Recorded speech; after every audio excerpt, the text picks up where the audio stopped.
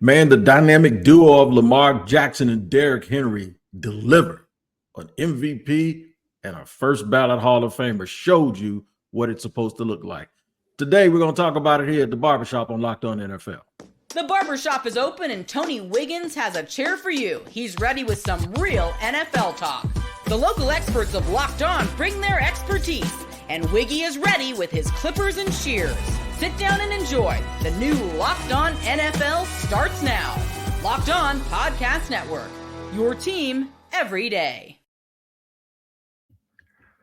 Yo, what's up? Welcome to the new Locked On NFL, bringing you a double dose of the NFL's biggest stories with the help of our local experts that know your favorite teams like no one else. I'm the host, the barber, Tony Wiggins, joined today by Locked On NFL expert Julian Council, my brother from another mother. And on today's show, what we're going to do is we're going to give you at the end a Monday night preview of a double shot of NFL games on the slate and have some takes from the people covering those games. Was it too soon to bring Jordan Love back in Green Bay, especially against Brian Flores' defense? We'll discuss that right in the middle of the show. We're going to start, though, with the dynamic duo of Derrick Henry and Lamar Jackson giving us exactly what we thought we would see the last 2 weeks with the way that they played and a resounding victory last night against Buffalo. We appreciate you making us your first listen of the day and for being an everydayer here on Locked On NFL, which is a part of the Locked On Podcast Network, your team every day. Make sure to tune in to Locked On NFL tomorrow morning for the madman, Tyler Rowland, for more NFL coverage. Today's episode is sponsored and brought to you by Game Time. Man, all you got to do is download the Game Time app, right? Create an account and use the code Locked On NFL for $20 off your first purchase. Julian Council, your team ain't as bad in Carolina as we once thought, but we ain't going to talk about them today, boss. But we will talk about the Baltimore Ravens, Derrick Henry, Lamar Jackson, looking like we thought they were going to look. Before we get to that, I'm going to hear from my man, Kevin Ostracker, from Locked On Ravens. The Baltimore Ravens defeat the Buffalo Bills in dominating fashion. I'm Kevin Ostracker, the host of Locked On Ravens. 35-10. The final score is this Ravens team just absolutely put out a statement victory against a Buffalo offense and a Buffalo team that was scorching hot heading into Sunday Night Football. Derrick Henry ran wild. Lamar Jackson dominated as well. And for a Buffalo team that was averaging almost 38 points per game coming in, the Ravens defense held them to just 10. An absolutely incredible win for this Ravens team that moves them to 2-2. And now a divisional matchup with the Cincinnati Bengals on the horizon. But they'll be going into that one on the highest of high notes as, again, Baltimore just imposed their will for 60 minutes on Buffalo. For more on the Ravens and their dominant Week 4 win, be sure to check out the Locked On Ravens podcast and subscribe on YouTube, part of the Locked On Podcast Network. Julian Council, is very rare that a team has a bad offensive line for 2 weeks to start the season, and then all of a sudden they figure out a way to fix it. Yeah, and it's terrifying what I witnessed last night from Derrick Henry to be that big, 30 years old, and to be able to outrun a secondary at 30. That's insane. I mean, that 87-yard touchdown, I'm sitting there watching like there's no way he still got it like that, and he does. This is some serious stuff now for the Ravens. So they're a team that knows who they are. When they had Greg Roman, it was running the football. When they got rid of Greg Roman and brought in Todd Monken, it's still running the football the way that they built an offense around Lamar Jackson. And now with Derrick Henry inserted into it, that's a team that is going to be a force to be reckoned with on the ground, should lead the NFL in rushing yet again. But, man, Derrick Henry, my God. Yeah, and what scared me about this duo was we knew who Derrick Henry was. We know who Lamar Jackson is. And now you talk about play action and you talk about, who's got the ball. You know what I'm saying? The whole RPO deal. Let me show you. I'll put this graphic up. The folks that are listening can't see it. 48 touches, 18 passes from Lamar Jackson, and 30 combined runs. 409 yards with a total of 3 TDs that they accounted for. One of them, he threw one to Derrick Henry, and then they both ran one. So technically, the entire offense. That's more offense than the Jaguars had probably in 2 games right there with those 2 people. And now that the offensive line, at first we didn't think we were going to be able to see it manifest itself because the offensive line looked like they couldn't block for anybody. You could have put Eric Dickerson and Mike Vick and whoever back there, but they seem to have found their way against two good teams the last couple of Dallas can't stop the run, but yeah, they at least are a good team. Kansas City's a good team. Oakland is a hard, Las Vegas is a hard team. They've actually had a tough schedule because they did something to Buffalo last night that no one had done all season. Yeah, absolutely. And I'm looking at that too, the stat you put up there, 409 yards. Only 18 yards were accounted for by someone else on that Baltimore Ravens offense, and that was Justice Hill with 4 carries for 18 yards. So that's how insane things are right now when it comes to that Baltimore Ravens offense with Derrick Henry and with Lamar Jackson the past 2 weeks. And Cincinnati coming off a win against Carolina, they're going to have their hands full if they're going to be able to make it 2 wins in a row against a Ravens team that's starting to figure things out here the last 2 weeks. The way we're talking about Baltimore is the way I thought we were going to talk about them early in the year. Now let's reverse that. Something I never thought you'd hear me say 4 weeks into the year, that the Washington Commanders are in command of the NFC East, pun intended. My man David Harrison was on the ground in Arizona. Check this out. Just like we all expected, the Washington Commanders 3-1, sitting atop the NFC East division after 4 games into the regular season. This is David Harrison of the Locked On Commanders podcast, and following a 42-14 win over the Arizona Cardinals. Certainly quarterback Jaden Daniels and that Washington Commanders offense had gotten the attention of the national football watching audience, but now the first holistic 3-phase win for the Washington Commanders. Things certainly starting to look up for this team that just won 4 games last year, went over massive roster overhaul this offseason, and of course is installing a new rookie quarterback in Jaden Daniels. Things looking good. Head back to the East Coast, head back to Virginia, where the Cleveland Browns will visit in Week 5. But we got to break down everything that happened in Week 4 first. So for all of that and everything Washington Commanders, make sure you check out the Locked On Commanders podcast, 5 days a week, part of the Locked On Podcast Network, your team every day. I heard somebody say this morning on TV that Jaden Daniels is the best quarterback in the NFC. And Julian Council, that's something that both of us wish. If somebody would have said that about our quarterback, that they were the best quarterback in the conference already after 4 games, but he looks the part, man. I don't know if he's the best quarterback in the NFC. Maybe he's playing the best of the quarterbacks in the NFC through 4 weeks, but he's not better than Jalen Hurts. We've already seen what Jalen's been able to do. And when Jordan Love's healthy, I know we'll talk about him later. I don't think he's better than Jordan Love just yet. Of course, let's slow down a little bit. But understand, like this is some serious stuff. And I know Bears fans are going to probably have signs this weekend thanking the Carolina Panthers for giving them Caleb Williams. 4 weeks into the season, looks like they drafted the wrong quarterback, if we want to throw that take out there, because Jaden Daniels is serious right now. The fact that man has completed 82% of his passes, and I get that nowadays all these quarterbacks are doing are dinking and dunking, throwing these short passes, not really stretching the field that often on a down-to-down basis, but still, like, that's absurd. And they're going out there and scoring on a large percent of their drive so far. This is an offense with Terry McLaurin, who's always been a top-tier receiver, just has not always had the quarterback that consistently can get the ball to him, and they can run it. They're scary. And Dan Quinn's a guy who, in Atlanta, things kind of fell off at the end after they blew that 28-3 lead. Never forget, he still is a good coach for the large part of his tenure there in Atlanta. His defense has got to figure things out, but offensively, they're cooking right now with Jaden Daniels, and it's been a fun watch so far through 4 weeks. It has been a fun watch, and it's going to be something that we can continue to watch. I'm finally happy now that the Dallas-Washington game is going to finally mean something again, because that's sure about that? Yeah, man, you're right, but it's the other way, right? But that's a staple of my childhood. It'll mean something when Dallas goes to Washington. So they'll have a good time at that game, and I'll be watching and remind me of the old Pat Summerall days when Washington and Dallas had it going. Speaking of tradition, Green Bay has a tradition of having really, really good quarterbacks for a long time. They got one right now, but they might have brought him back a little bit too early. We'll investigate that and talk about it in just a second here on Locked On NFL.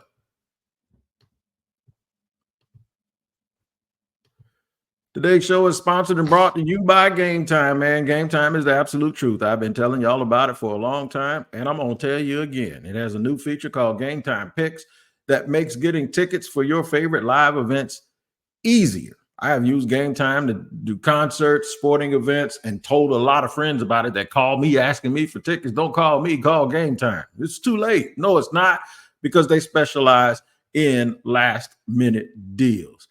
They also have curation, and it makes it easier to save more on sports, concerts, comedy, and theater. All-in pricing, toggling. This feature shows the total up front with no surprises at checkout. So here's what I want you to do. Take the guesswork out of buying tickets with Game Time. Download the Game Time app, create an account, and use the code LOCKEDONNFL for $20 off your first purchase. That's Locked On NFL, LOCKEDON NFL for $20 off your first purchase. Download Game Time today. What time is it? It is game time.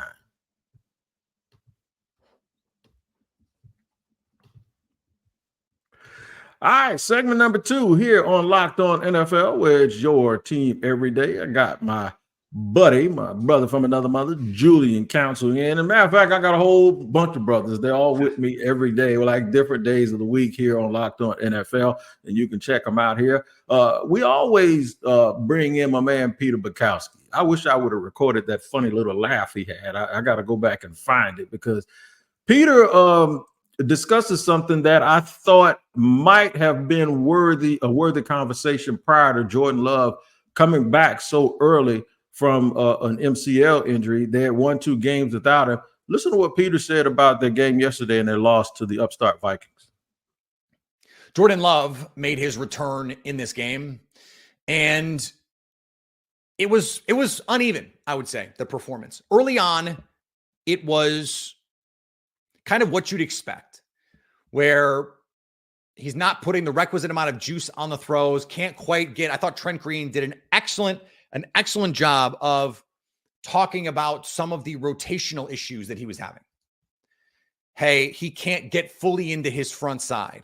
And so he's trying to compensate for it with tilt and arm, and the ball's dying on him because he's not able to really drive it the way that he wants.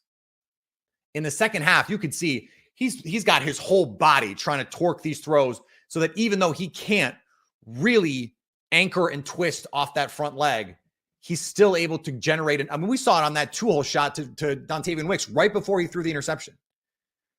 Now, the first interception is him trying to put the ball in a place where you probably don't want to put the ball. And I think if he had more velocity on his throws, he could have fit that in there.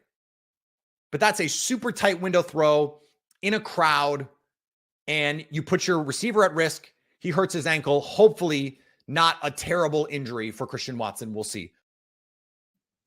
So I'm sitting here thinking, like, they turned into Nebraska the first couple of weeks when they had Malik Willis in there.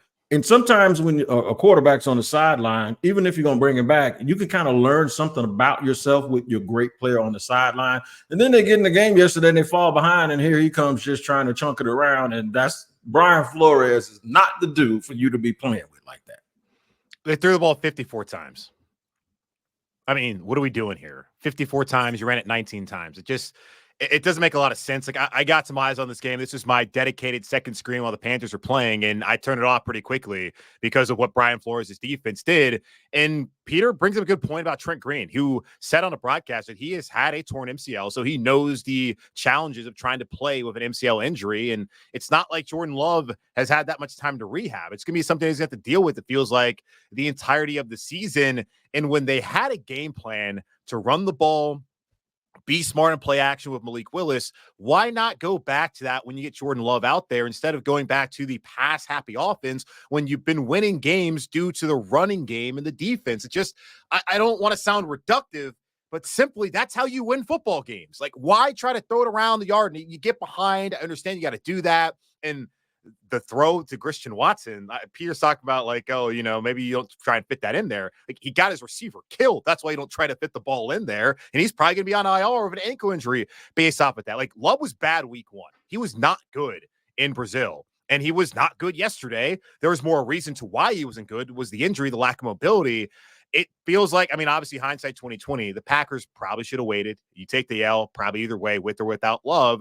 You got the Rams next week, who are a banged up team, a team you can probably win against and still be 3-3 with Malik Willis. So I don't want to sound like a revisionist, but it didn't really feel like that's the guy right now in Jordan Love who's going to help this team win games, especially if they're dropping that 54 times to throw the ball. Yeah, and they won those 2 previous games people did not think Malik Willis, at least the first week, was going to win. And then he goes and plays the revenge game against the Titans last week. And it's almost as if they dropped the ball and missed an opportunity to really learn about themselves so that when their injured quarterback comes back, they would have a little bit of a better plan. But teams really get stuck on trying to be who they want to be, and they don't want to admit when they see something else, like I'm about to do. I killed Sean Payton the first couple of weeks of the season and said that Sean Payton, the GM, was going to get in the way of Sean Payton, the head coach. Sean Payton, the head coach, then proceeds to win 2 ball games against teams that everyone thinks are playoff teams in an ugly way, but ugly wins count. And here are the guys from Locked On Broncos to talk about it. Bo Nix and the offense capitalized on opportunities against Tampa Bay last week. And then this week against an elite level defense here, once again, they had struggles until the second half. And I said, you're going to have to live with the ups and downs. It's not just going to be Bo's going straight up. There's going to be ups. There's going to be downs. It is a roller coaster. And development, as you like to say, I'm stealing your phrase here, is never linear. It is a winding road here, and you have to live with that. And then what did we see Bo do in the second half, Sarah? I thought he came out and responded well. Granted, there was one play where it looked like the play clock, at least on the CBS broadcast, was double zeros. He ripped an absolute shot across the middle of the field to Courtland Sutton for a 27-yard gain, and that orchestrated a scoring drive that was so needed by Denver to get a 7-6 lead in this game. 11 plays, 87 yards, good composure, and capped off by who? Bo Nix throwing a touchdown to Courtland Sutton, who once again finds a way to get both feet in. That was gritty. That was braving the storm. That was weathering the storm here. And Bo Nix and the offense did just that. And now here you got a situation where, just like we just talked about, you got to figure out a way to win, right? It's not like you're just going to go out there and throw the ball 50 times with Bo Nix. Yeah. Sean Payton made an adjustment, figured out the most direct way to win. And as ugly as it was, he's won 2 games in a row right now.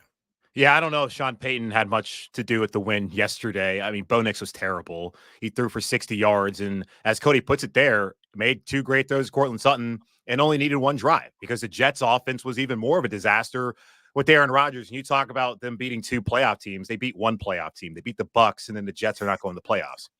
This is not a good football team. I don't care. Like, they had 13 penalties.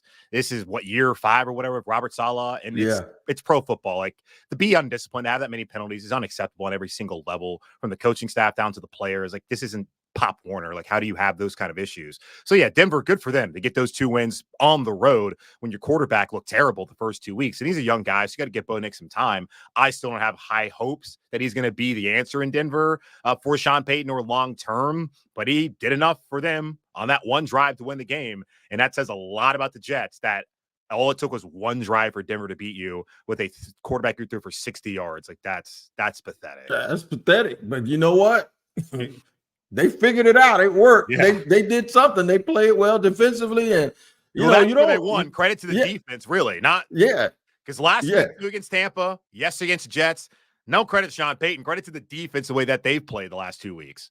I'll give you that. And then to piggyback on this, we talked about the Jets last week, and you said it's the Jets. So I digress, man. I forgot who I was talking to, and I forgot who I was talking about, who I was talking to, who I was talking about, because, like you said, it's the Jets. The Jets. All right, we got some Monday night. Go ahead, brother. What'd you say? The Jets killed Carl. If you watch Curb, you know what I'm talking about. We got some Monday night football. I ain't a big fan of the whole 2 Monday night football games type thing because I don't do a good job of multitasking, but we got a couple of good games. Seahawks and the Lions is intriguing. We're going to have a preview of that. And then Tyler Rowland's going to talk about why he don't trust the Tennessee Titans. That's the madman, Tyler Rowland. By the way, you can catch Tyler Rowland every morning with a double shot of NFL Espresso. He's the first half of the new Locked On NFL. And then you can check me out right here where you are right now in the barbershop. So make sure wherever you watch your podcast, it should be on YouTube. And then wherever you listen to your podcast, make sure you tap into Locked On NFL each and every day. All right, so what we're going to do is come back and give you segment 3. We're going to do a double dose of Monday Night Football preview. We'll get to it in just a second here on Locked On NFL.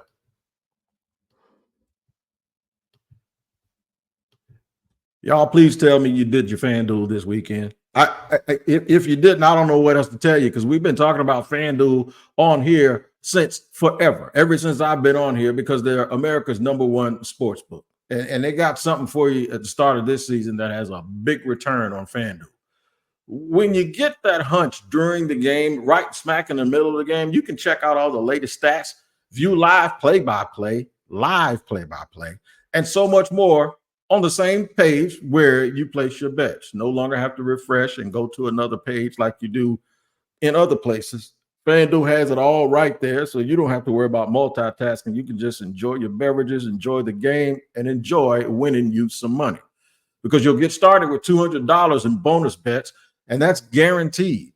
That's right. That means you're going to get it. All you got to do is place your first $5 bet. You ain't got to win. Just place the bet, and you'll get your $200 in bonus bets guaranteed. So that is FanDuel. It is America's #1 sports book. Make sure you visit FanDuel, America's #1 sports book, for all of your NFL action.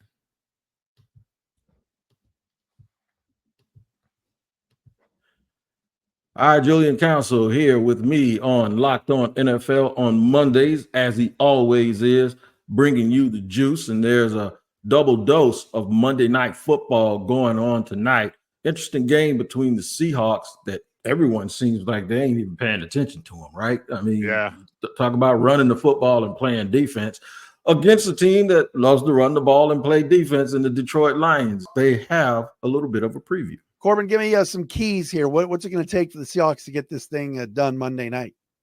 Well, the first key, look, I don't want to, go for the low hanging fruit here, but you better have some people chipping on Aidan Hutchinson. That is the #1 thing, especially with Marcus Davenport being out. This feels like a game where if the Seahawks can find a way to at least somewhat contain Hutchinson, he's going to make his plays. But can you find a way to get a tight end chipping, running back chipping, both of them chipping, max protect, give Geno Smith enough time that he can get the ball to his receivers? This will be the best trio of receivers that the Lions have faced this year. So they're going to have to deal with DK, who is having a career year. Jack Smith and Jigba had 100-plus yards, 12 catches a couple weeks ago. Tyler Lockett is still Tyler Lockett. Maybe not the prime Tyler Lockett, but still a very good player. Noah Fant had 6 catches for 60 yards last week. But Seattle's got weapons. They've got to be able to do that. And I think getting the run game going also is a way to slow him down a little bit. Corbin Smith. Didn't Corbin Burnson play on a TV show or something? Corbin Smith and Matt Derrick. I just went all St. Elsewhere or something, didn't I, man? That's wow, man. You're a High School Musical fan, huh? Yeah. See that?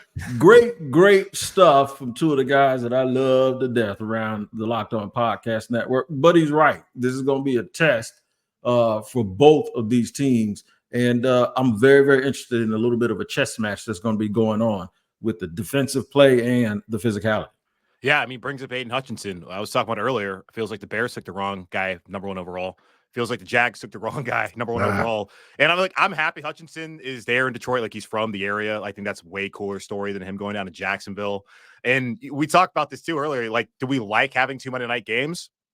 Yeah, because you get this game and you can ignore the game earlier in the day. That's obviously not going to be good. Like last week, we really had a 1:00 game that was played on Monday night between Jacksonville and the Bills, and you can wait till the real game comes on later on that night. Kind of feels like the same situation with this being the real game that we all want to watch. And of course, it's going to end up being a blowout after I say that. But I'm excited to see what Seattle can do. Geno Smith has been good so far this year. DK is outstanding. And then you're looking at a team in Detroit where there's still the Super Bowl aspirations. They're all trying to watch what happened last year when they blew that game against San Francisco on the road in an NFC title game. I feel like this is going to be one of the better early games that we've seen so far in the first 4 weeks of the season on this Monday night. And last year, around the end of the year, Mike Vrabel took the Titans down to the Dolphins, and they shocked them and surprised them. If they beat them tonight, it won't be too much of a surprise. But the madman, Tyler Rowland, who has the other half of Locked On NFL, I don't think he trusts his ball club. Check this out. The Tennessee Titans should beat the Dolphins, but the reality is this team cannot be trusted. With that being said, though, we got to start with my keys to victory for this game. And we got to start on the defensive side of the ball because You look at the situation for the Miami Dolphins, and they're going to be playing Snoop Huntley at quarterback. That is confirmed at this time, but they're going to be without Teron Armstead, their stud left tackle. They got some injuries on the defensive side of the ball as well. The Dolphins are a broken team. They're a beaten team. So on defense, the Titans simply cannot allow the Dolphins to do what the Packers did last week, and that is break tackles and make plays bigger than they should be. So my number one key to victory for the Titans is tackle, tackle, tackle. The Tennessee Titans must tackle the Miami Dolphins, and the Dolphins have a ton of speed. So it may not be the easiest thing to do. All right, Jeffrey Simmons, I need you to step up and be what I think you can be potentially and do what Jalen Carter did and just absolutely wreck the game plan for the Miami Dolphins, because I don't think they're going to be able to throw it, but they do have the capability to get behind their running backs and run and hit some big plays. Yeah, I think Tyler Huntley, who didn't realize he was going by Snoop now, all the years at Utah with the Ravens, never heard him be referred to as Snoop Huntley. But okay, cool. I think he's probably an upgrade for them talent-wise over Skylar Thompson. The problem is he has not been in the offense, so they can only do so many things with him, and we'll see what they're able to do. I think Mike McDaniel is still a good play caller, can probably get the most out of Tyler Huntley in this game. But the reason why Tyler Rowland shouldn't trust the Titans is because they have Will Levis playing quarterback, who through 3 weeks leads the league in whoopsie daisies, and he just does something galactically stupid every single week. So I cannot wait to see what comedic relief we get tonight when he does something like throw the ball backwards when he's just take the sack. Or I mean, it's just, what are we doing here, man? It's like he plays the position blindfolded. And this is why you can't trust a man who puts mayonnaise in his coffee. For all the things that NFL evaluators like sit here and they worry about when it comes to NFL players when they're evaluating through the draft process, which is idiotic. That's the one thing that you let slip through the cracks. And this is another thing. Like, the dude has all the physical tools and it didn't go into the first round. You're seeing why, because the whoopsie daisy factor is out of control. I mean, hey man, I don't mean to be laughing all loud, bro, but you know something that it reminded me of some of my clients when I used to talk to them about their teenagers. That coach the other day, somebody asked him a question like, you know, have you reiterated or why can't he say? I ain't gonna tell him nothing. He's a grown man. And so whenever you hear somebody pull out, no, he's a grown man. He knows better than that. And he's talking about that stuff that you're talking about right there, man. But what else for a coach to say that you're a grown man, it's like, I don't think there's nothing else left to be said, man. No, we're 3 weeks into it, and it's probably over for Will Levis already. That's a frustrating thing. He has absolutely had enough, man. You have me cracking up today. Well, you know what? This is what you're gonna get every Monday with Julian Council, man, because this is how he does it, man. And I just can't help but laugh. What did you call it? Whoopsie daisy? Whoopsie daisies. It's just like what? All right, man. Hey, man, look, this is what you get on Locked On NFL in the barbershop, man. We talk about it. We rank on people. We joan, and we just call stuff just the way it is, man. The Junior Council is off the chain. I'm going to tell you that right now. All right, man, make sure you tap in, tune into those games tonight. I'm sure Tyler will have an early morning review of those games to see if Seattle can stay and remain undefeated. And we'll talk about more that is going around in NFL each and every day here on Locked On NFL. Make sure you tap in. For Tony Wiggins and Julian Council, thank you for joining us, and we'll see you next time.